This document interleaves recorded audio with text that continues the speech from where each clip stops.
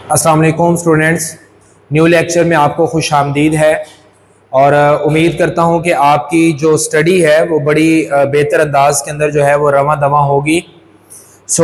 आज का जो हमारा टॉपिक ऑफ डिस्कशन रहेगा वो रिलेटेड होगा सेमीकंडक्टर के साथ। तो चलिए स्टार्ट करते हैं। Take a register and put a heading of semiconductor, the last topic of your chapter. और इसको रिसेंटली जो है वो ऐड किया गया है सेमीकंडक्टर को। और आपको ये बताता चलूं, this one is the most important long question as well as short question as well as for MCQs.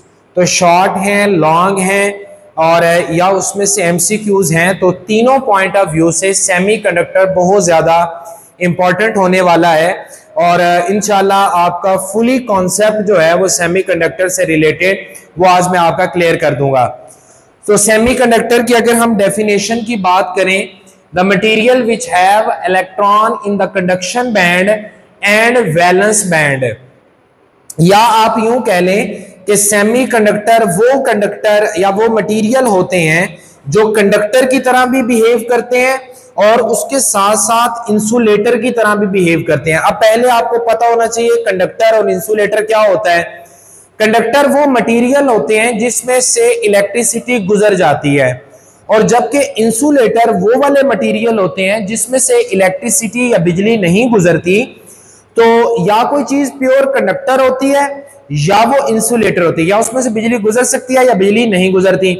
लेकिन सेमीकंडक्टर जो हैं ये क्या करते हैं कि इसमें से बिजली गुजरने के भी चांसेस होते हैं, इसमें से बिजली नहीं भी गुजरने के चांसेस होते हैं।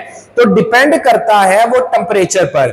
टेम्परेचर अगर आप बढ़ाते जाएंगे तो ये कंडक्टर बनता जाएगा, टेम्परेचर अगर आप जनरली कम करते जाएंगे तो ये क्या बनता जाएगा, इंसुलेटर बनता जाएगा।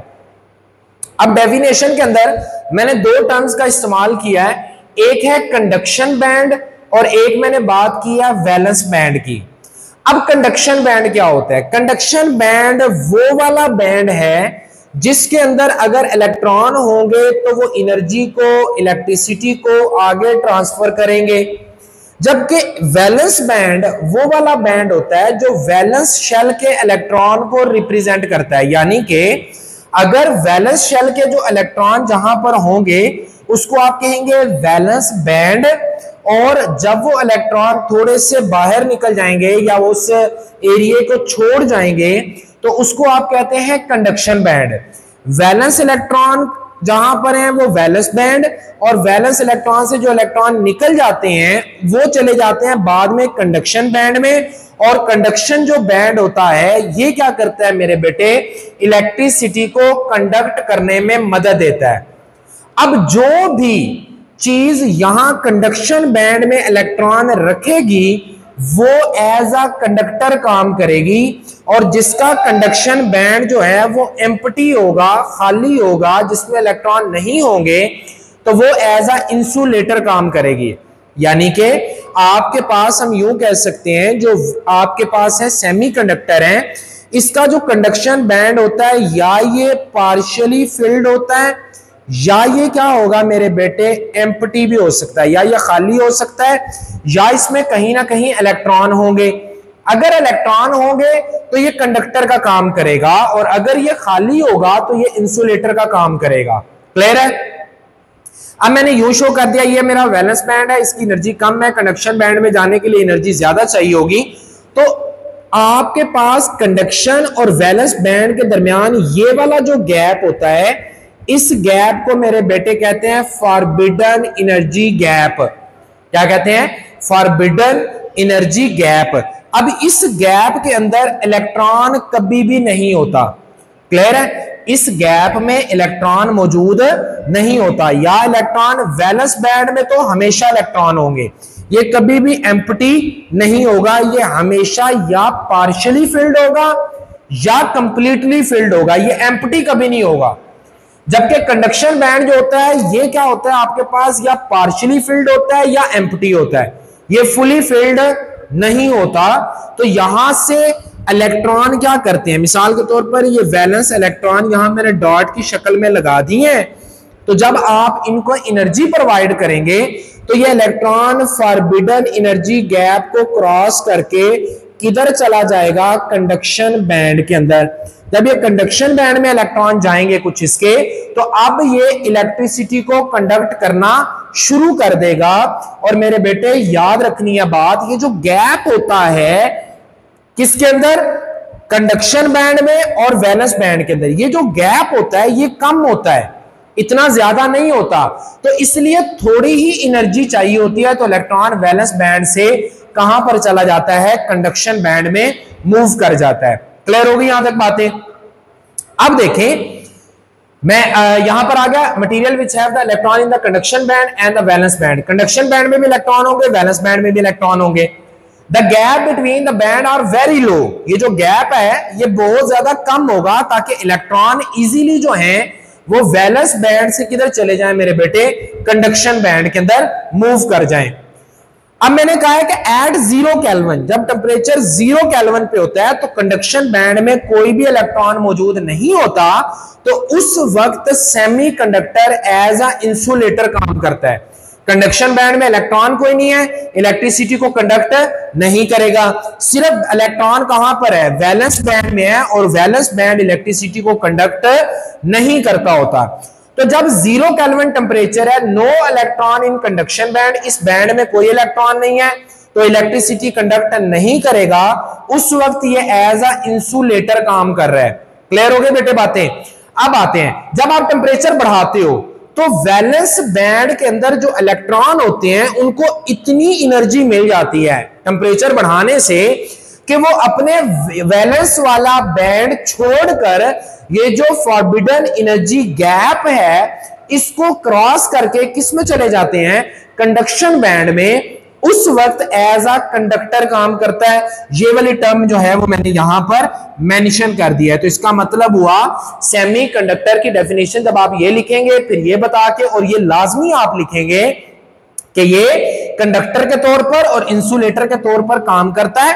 कब कब काम करता है, 0 केल्विन पे, और जब टेम्परेचर आप इसका आहिस्ता आहिस्ता बढ़ा रहे होते हैं, इंक्रीज करते हैं उस वक्त। क्लियर हो गई मेरे बेटे बातें। अब आते हैं जी सेमीकंडक्टर की टाइप के ऊपर। तो सेमीकंडक्टर दो तरह के हैं आपके पास, इनकी मेन क्लासिफिकेशन, एक होता है इंट्रिंसिक सेमीकंडक्टर और एक होते हैं एक्सट्रिंसिक सेमीकंडक्टर। अब जो इंट्रिंसिक होते हैं ना, ये होती है प्योर फॉर्म ऑफ कंडक्टर, यानी कि इसके अंदर सिर्फ और सिर्फ वही एटम के एलिमेंट के एटम हैं जो प्योर फॉर्म के अंदर है, कोई और एलिमेंट नहीं है। एक तरह के सारे क्या मौजूद हैं यहां पर एटम है, जैसे कि सिलिकॉन, जैसा कि आपके पास जर्मेनियम है। क्लियर है, जर्मेनियम और सिलिकॉन जो है उनके प्योर एटम यहां पर मौजूद होंगे।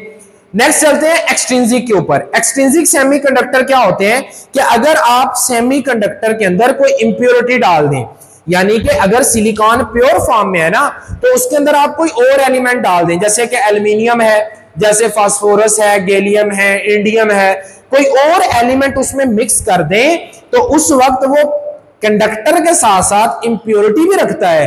अब वो प्योर फॉर्म में नहीं है, खालस नहीं है, तो आप उसे कहेंगे एक्सट्रिंसिक सेमीकंडक्टर कह देंगे। क्लियर है मेरे बेटे यहां तक बातें। अब चलते हैं कि जो हमने प्योर फॉर्म में सेमीकंडक्टर था, इसमें हमने इंप्योरिटी को डाल दिया, यानी कि कोई और एलिमेंट को ऐड कर दिया उसमें। तो जब हमने ऐड किया, इस प्रोसेस को कहते हैं डोपिंग। क्या कहते हैं, डोपिंग कहते हैं। The process of adding impurity, वो अमल जिसके अंदर कोई और एलिमेंट, कोई और एटम के एलिमेंट के एटम सेमीकंडक्टर में डाल दिए जाएं, और उनकी रेशो कितनी हो सकती है, ये रेंज लिखी हुई है। ठीक है, कम भी हो सकती है, ज्यादा भी डाले जा सकते हैं, लेकिन एक जनरल जो रेंज है वो 1 से लेकर 10⁻⁶ रेशो तक उसको इंप्योरिटी को सेमीकंडक्टर में डाला जा सकता है। क्लियर हो गया बेटे। अब मैंने यहां पर ना ये जो स्ट्रक्चर है ये बनाए हैं एटम सिलिकॉन के, silicon silicon silicon silicon silicon, सारे सिलिकॉन है। इसके अंदर बेटे याद रखना है कि जो सिलिकॉन होता है ना, ये आपके पास होता है टेट्रावैलेंट। क्या होता है, टेट्रावैलेंट होता है, यानी कि इसके आखिरी शेल के अंदर 4 इलेक्ट्रॉन मौजूद है। ये मजीद 4 बॉन्ड बनाने की एबिलिटी रखेगा, यूं भी कह सकते हैं। तो मैंने ना ये प्योर सिलिकॉन लिया है, यानी कि मैंने ये बनाया है इंट्रिंसिक सेमीकंडक्टर, ये वाला ये बनाया है इंट्रिंसिक सेमीकंडक्टर, बनाया है प्योर फॉर्म के अंदर। अब देखिए सिलिकॉन के आखिरी शेल के अंदर इलेक्ट्रॉन कितने, 4। एक मैंने यहां पे बनाया, एक यहां पर और एक यहां पर, 4 इलेक्ट्रॉन सेंटर में बना दिए।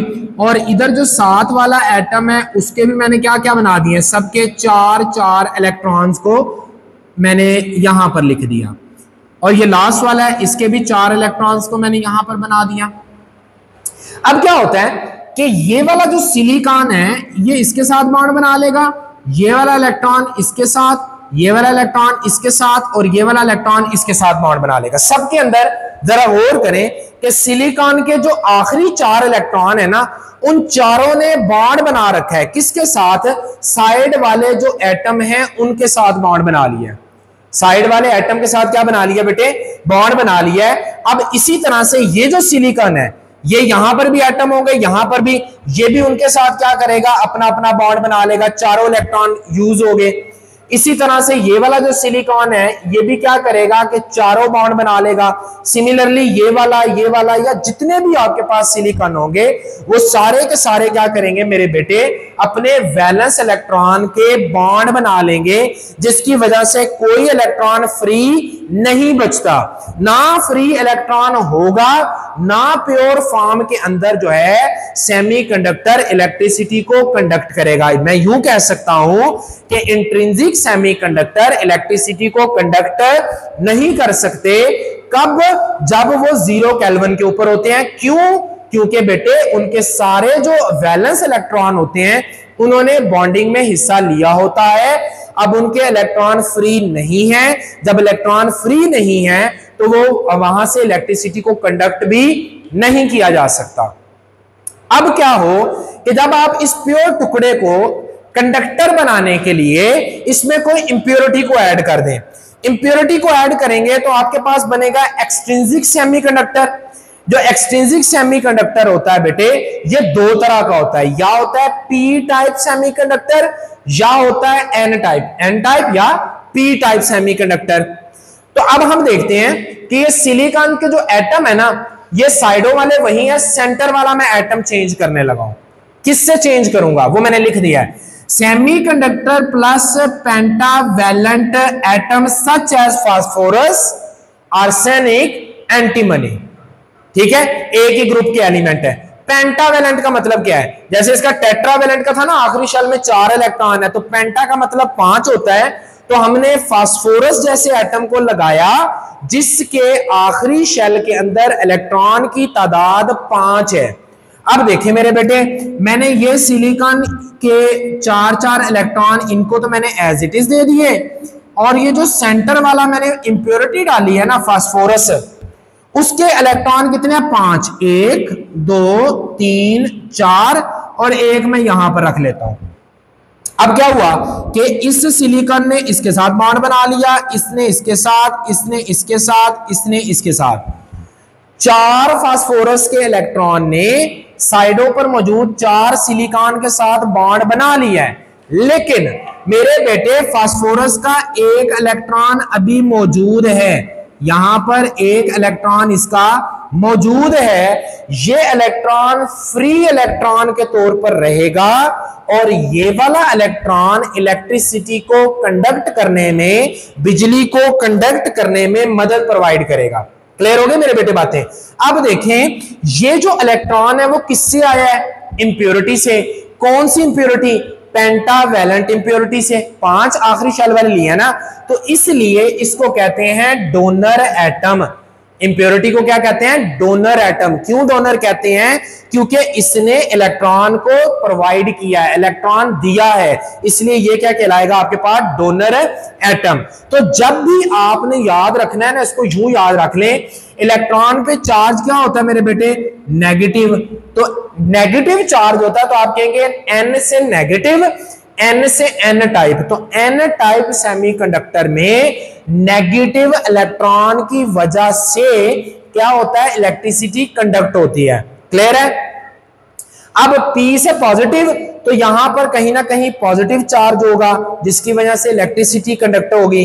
तो उसको देखते हैं कि अगर आप ये सेंट्रल एटम को क्या करें, ट्राईवैलेंट एटम के साथ, ट्राई का मतलब होता है 3, ठीक है, तो 3 जो एटम, ऐसा एटम जिसके आखिरी शेल में 3 इलेक्ट्रॉन है, अगर सेंटर में उसको लगा दिया जाए, क्लियर है। अब देखिए सेमीकंडक्टर जो है वो सिलिकॉन के 4 इलेक्ट्रॉन तो मैंने एज इट इज लिख दिए, लेकिन जो सेंटर में इंप्योरिटी डाली है वो क्या है, आपके पास 3 इलेक्ट्रॉन रखती है। अब देखें ये वाला जो है वो इलेक्ट्रॉन इसके साथ बॉन्ड बना लेगा, ये इसके साथ बना लेगा, ये इसके साथ बॉन्ड बना लेगा, कोवेलेंट बॉन्ड। लेकिन ये वाला इलेक्ट्रॉन अवेलेबल है, यहां पर जगह नहीं है, यहां पर इलेक्ट्रॉन की जगह नहीं है, यहां पर इलेक्ट्रॉन होना चाहिए था लेकिन इलेक्ट्रॉन नहीं है, तो इसलिए इसको मेरे बेटे क्या कहते हैं, होल। क्या कहते हैं, होल।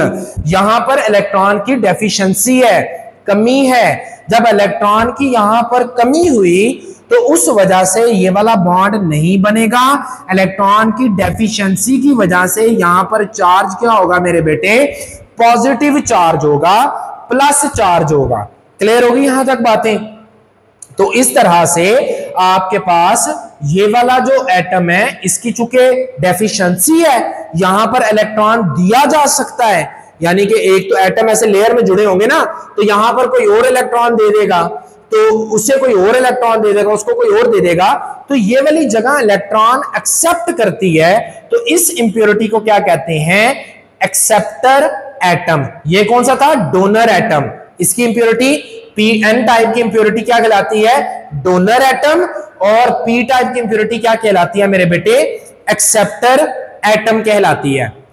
अब आते हैं कि इलेक्ट्रिसिटी को ये किस तरह से कंडक्ट करता है। तो मेरे बेटे जब इस तरह के P टाइप या N टाइप को दोनों तरफ से बैटरी को लगा दिया जाता है, बैटरी का पॉजिटिव और नेगेटिव टर्मिनल जब लगाते हैं तो दोनों के दरमियान में ईएमएफ पैदा होती है, इलेक्ट्रोमोटिव फोर्स, ठीक है, ईएमएफ।